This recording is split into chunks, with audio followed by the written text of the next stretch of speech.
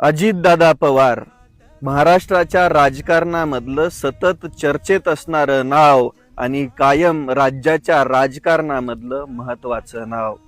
ही बातमी ऐकल्यानंतर महाराष्ट्रातील प्रत्येक व्यक्तीला धक्का बसलाय, मन सुन्न झालंय आणि हा महाराष्ट्र अगदी स्तब्ध झालाय. बारामतीमध्ये विमान लँड करत असताना झालेल्या अपघातामध्ये 6 जणांचा मृत्यू झाला.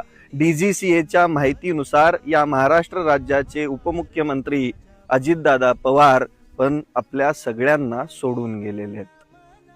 हे ऐकून प्रत्येक समाजमन हळहळणार आहे. दादांची कार्यपद्धती, दादांच्या गोष्टी, सगळ्या गोष्टी सतत चर्चेत असायच्या. दादांनी या महाराष्ट्रासाठी खूप मोठं योगदान पण दिलेलं आहे. पण अशी घटना घडून त्यांचं जाणं म्हणजे अनाकलनीय आहे. मुळातच सकाळी 6 वाजता उठून लोकांच्या कामाला लागणारा एकमेव राजकारणी म्हणजे अजितदादा पवार. आरोप झाले, प्रत्यारोप झाले, आम्ही पण त्यांचे राजकीय विरोधकच होतो.